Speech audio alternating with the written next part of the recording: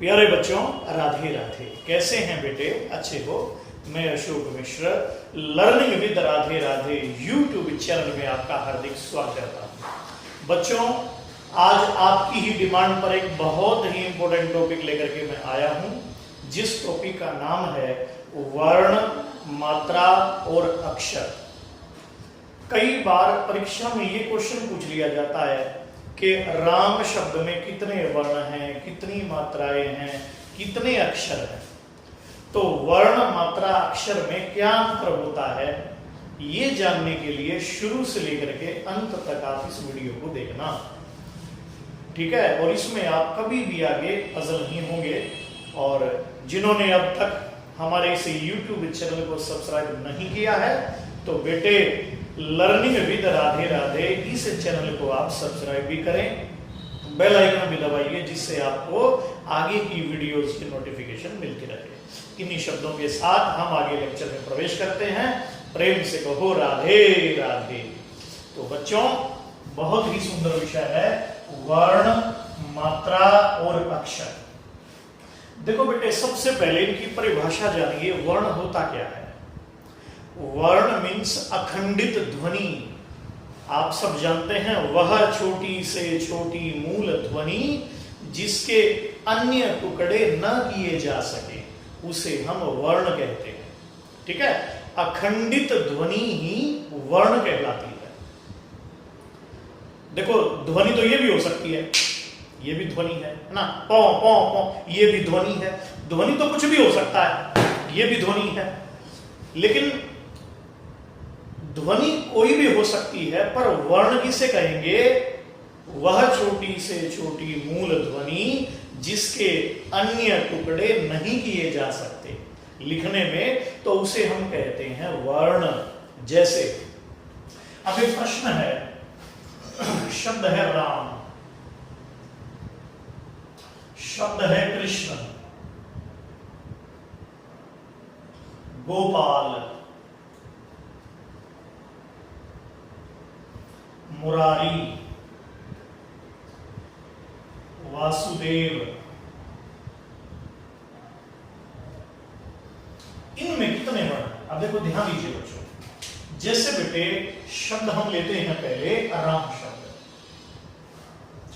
अब देखो, राम शब्द में र प्लस आ प्लस म प्लस आ, है ना। अब देखो, ये वर्ण हो गए। वह छोटी से छोटी मूल ध्वनि जिसके टुकड़े न हो सके, तो बेटे इसके टुकड़े नहीं हो सकते, है ना। तो देखो, 1 2 3 और 4। तो बेटे राम शब्द में कितने वर्ण हो गए? 4 वर्ण हो गए, 4। अब देखो कृष्ण, अब देखो क प्लस, अब देखो री है ना, री स्वर है ये, री। फिर देखो ये मूर्धन्य श, आधा है, आधा। फिर है अण और आ। आपने इनको मिला दिया तो 1 2 3 4 5। तो बेटे कृष्ण शब्द में कितने वर्ण हो गए? 5 वर्ण हो गए, है ना।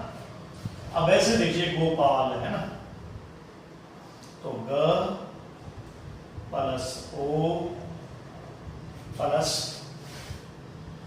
प प्लस आ,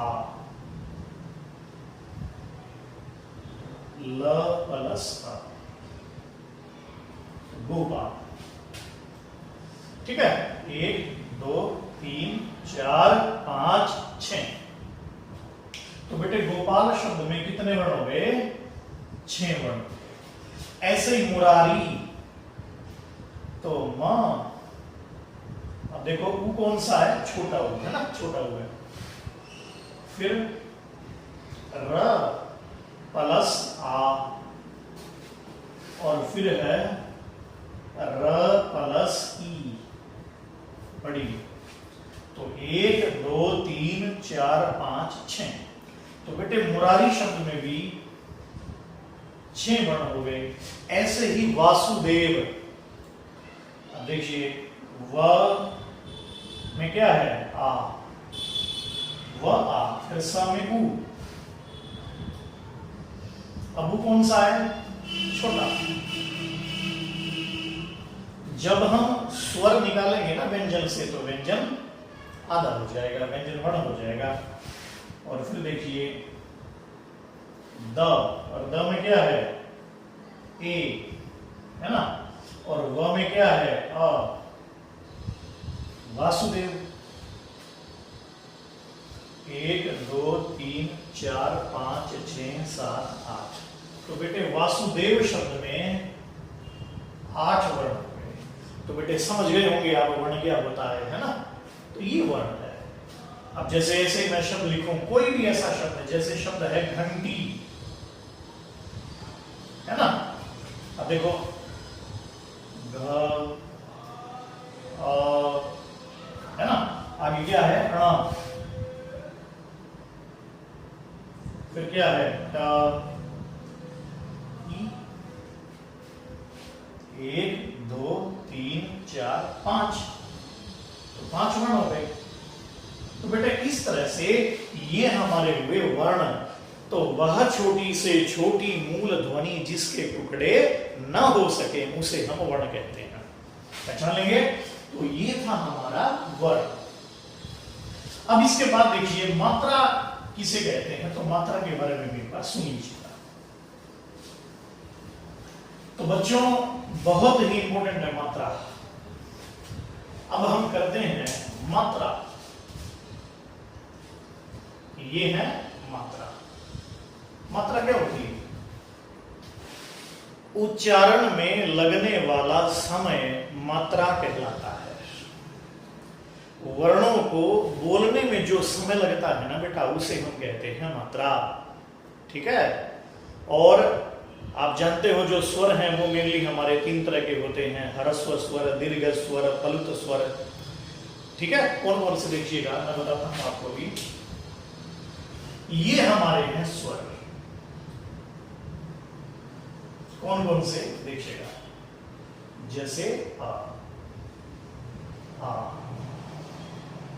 ई, उ, री, ए, ऐ, ओ, औ, अंग और अह। ये पीछे विसर्ग। ये हमारे जो है ना बेटा कुल स्वर हैं।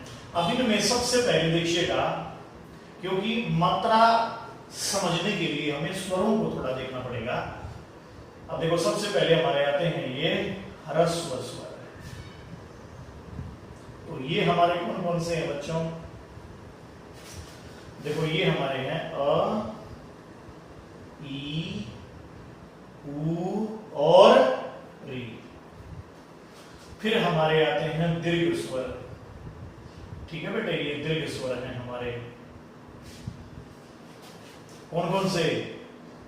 जैसे आ है, बड़ी है ना, उ, ए, ऐ, ओ, औ।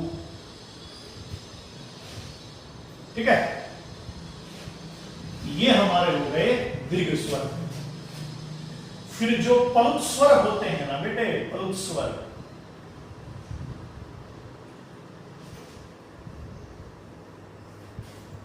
है ना। अब जैसे ये है ना आ, इसके पीछे आपने ये 3 का चिन्ह लगा दिया। तो जिस भी स्वर के अंत में ये 3 का चिन्ह मिल जाएगा, इट मीन्स वो प्लुत स्वर हो जाएगा। उसके बोलने में 3 गुना समय लगेगा। आप जानते हो ना ह्रस्व स्वर किसे कहते हैं?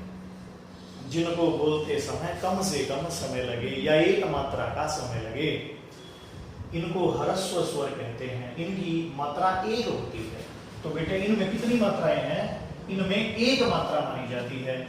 और दीर्घ स्वर कितने कहते हैं? दुगुना, है ना। जिनको बोलते समय ह्रस्व स्वरों से 2 गुना अधिक समय लगे, उन्हें हम कहेंगे दीर्घ स्वर। अब देखो अ का दुगना आ हो जाएगा, ई का दुगना बड़ी, है ना। ए आ, तो आ बेटे इनमें जो हमारी मात्राएं मानी गई है वे दो मात्रा मानी गई है। फिर है पलुत स्वर, जिनको बोलते समय ह्रस्व स्वरों से 3 गुना अधिक समय लगता है, उन्हें हम कहेंगे पलुत स्वर। तो बेटे ये जो पलुत स्वर है ना, जैसे अब देखो इसे बोलने में समय लगेगा कम से कम, इसे बोलेंगे हम अ, इसे बोलेंगे आ, इसे बोलेंगे आ, क्योंकि 3 गुना समय लगा। ठीक है, अब देखो जैसे कि है ना, जैसे आप बोलते हो इस तरह से, तो इसका मतलब क्या है, ये जो ओ है ओ दीर्घ स्वर है, लेकिन अगर इसके अंत में ये लग गया तो इसका मतलब ये पलुत हो जाएगा, इसको बोलने में 3 गुना समय लगेगा। इसलिए जब ऋषि लोग इसे बोलते थे तो लंबा उच्चारण करते थे ओ, क्योंकि 3 गुना समय लगेगा। तो इनकी पलुत स्वर की मात्रा कितनी होती है बेटे, 3 मात्राएं इसकी मानी जाती है। फिर देखो इसमें ये जो 2 बच गए ना बेटे, इन्हें हम कहते हैं अयोगवाह स्वर, अयोगवाह स्वर, याद रहेगा। तो बेटे ये हमारे होते हैं ना, ये 2 हैं, अंग और आहा। ठीक है, एक मात्रा इसकी, एक मात्रा इसकी। तो अयोगवाह स्वरों में 2 मात्राएं मानी जाती है। हिंदी में अयोगवाह स्वर किसे कहते हैं, 2 ही है बस। ये किन्हें कहते हैं, परिभाषा में मत जाइए, परिभाषा में जब अगला लेक्चर बनाऊंगा, वीडियो डालूंगा, तो उसमें स्वरों का वर्गीकरण है ना, व्यंजनों का वर्गीकरण, अग्र स्वर, मध्य स्वर, पश्च स्वर, घोष, सघोष, प्राण, महाप्राण, ये पूरा डिटेल में डालूंगा। अभी आप केवल वर्ण मात्रा अक्षर समझिएगा। तो बस यही स्वर है हिंदी में। कुल कितने स्वर हैं, 13, और 13 ऑप्शन में ना हो तो 11 स्वर तो है ही। तो बेटा इनकी मात्रा जो ह्रस्व है उनकी 1 मात्रा होती है, दीर्घ स्वरों में 2 मात्रा, पलुत स्वरों में 3 मात्रा, और अयोगवाह स्वरों में भी 2 मात्रा होती है। अब ध्यान दीजिएगा, प्रश्न ये है राम शब्द में कितनी मात्राएं हैं, तो आप खुद देखो बच्चों, राम शब्द में क्या है, र में आ है और म में आ। याद रहेगा ना बेटा, ये इस तरह से देखो, स्वरों का ही दूसरा नाम मात्रा होता है, स्वरों को ही अच कहते हैं, अच। ठीक है बेटे। अब जब मात्राएं गिननी हो ना, तो उस समय हम केवल स्वरों को काउंट करते हैं। तो एक तो इसे काउंट करो और एक इसको काउंट करो, इनको छोड़ दो। तो आ क्या है, आ, ये रहा आ का दीर्घ स्वर है, दीर्घ स्वर की मात्रा 2 होती है, तो इसका मतलब इसमें 2 मात्रा है, इसकी 2 मात्रा हुई। और ये अ है ह्रस्व है ना, ये रहा ह्रस्व, तो 1 मात्रा इसकी हो गई। तो बेटे राम शब्द में कुल कितनी मात्रा हो गई, राम शब्द में मात्रा हो गई 3 मात्राएं। तो पहचान लेंगे ना आप इस तरह से। तो बेटे इसको इस तरह से आप हल करेंगे। और देख लो, जैसे शब्द है नंदन वन में कितनी मात्राएं हैं, ये एक बार HSSC में पूछा गया था, नंदन वन में कितनी मात्राएं हैं। तो बच्चों देखिएगा, न, फिर क्या है, बोले अ, फिर द, अ, फिर न, अ, फिर क्या है, व, अ, न, अ। तो नंदन वन। अब आप खुद देखिए बेटे, 1 मात्रा, अब देखो इसकी 1 मात्रा ना, अब देखो ये दीर्घ स्वर है, यानी कि ये सॉरी अयोगवाह स्वर है, और अयोगवाह स्वर की मात्रा 2 होती है, तो इसकी मात्रा तो 2 हो गई, और बाकी सब की कितनी है देखो आप। अब देखो इसमें एक तो इसकी मात्रा 1 2 3 4, अच्छा नंदन वन शब्द था ना, देखो इसमें मात्रा कितनी हुई, न अ है ना, तो 2 मात्रा तो इसकी हो गई। फिर द में अ, 1 मात्रा इसकी हो गई, फिर 1 मात्रा इसकी हो गई, नंदन है ना, नंदन। और फिर व में अ, 1 मात्रा इसकी हो गई, और ये न, 1 मात्रा इसकी हो गई। कितनी मात्रा हो गई देखो, 1 2 3 4 और 5 और 6, है ना बेटे। तो 2 3 4 5 6। तो बेटे नंदनवन में जो है ना वो 6 मात्रा हो गई। नंदनवन में कितनी मात्रा हो गई? 6 मात्रा। नॉर्मली देख लो, अगर जिसके अंत में स्वर है ना, देखो न में आ, व में आ, न में आ, द में आ और न में आ और आ के ऊपर बिंदु, तो इसमें होगी 2 मात्रा, यानी इसकी 2 मात्रा 1 1 1 1। तो 2 3 4 5 6।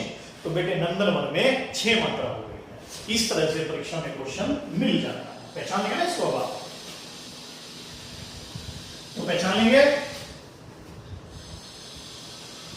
तो मैंने बताया ना आयोगवा 2 है, अंग और है, और इनकी मात्रा है 2।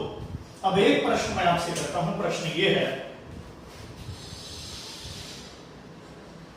शब्द है हंस, शब्द में कितनी मात्राएं हैं?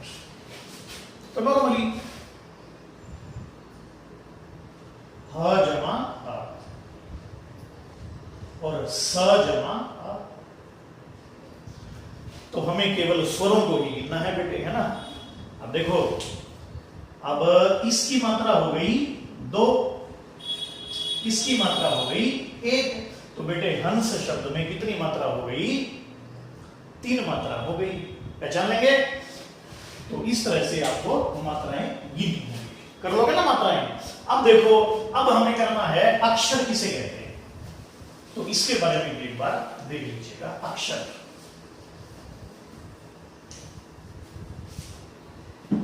तो बेटे अक्षर किसे कहते हैं, तो ध्यान दीजिएगा, ये है अक्षर। अक्षर स्वर युक्त वर्ण अक्षर कहलाता है। स्वर युक्त वर्ण क्या कहलाता है? अक्षर। जैसे जैसे बेटे शब्द है राम।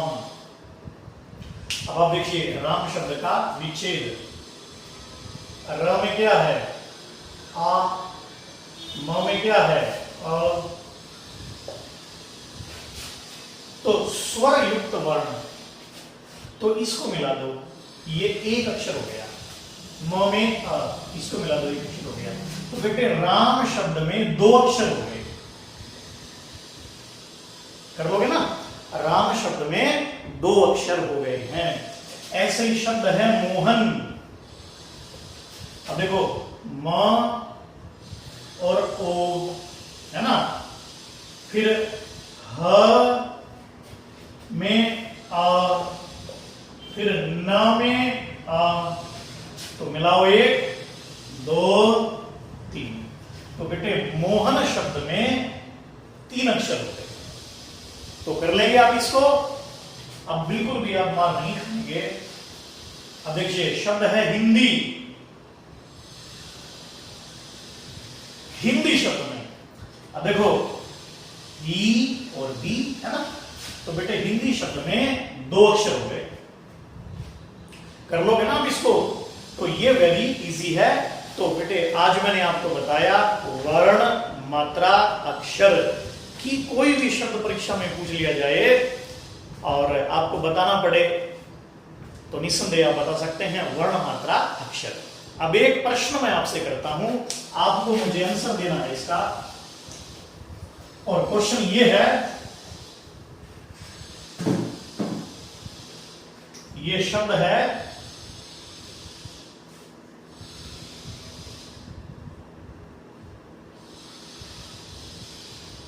राधे।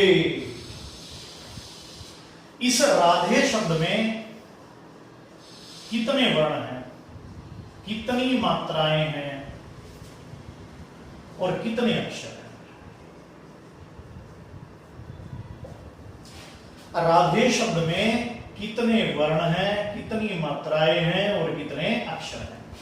ये आप कमेंट में लिख करके मुझे जरूर बताएंगे। ठीक है बेटे? तो चलिए, बस आज इतना ही है। और हमारे YouTube चैनल को सब्सक्राइब करिए, बेल आइकन दबाइए, और वीडियो तो अच्छा ही लगा होगा आपको तो लाइक भी करिए और कमेंट करिएगा। आप सभी को राधे राधे, जय श्री राधे।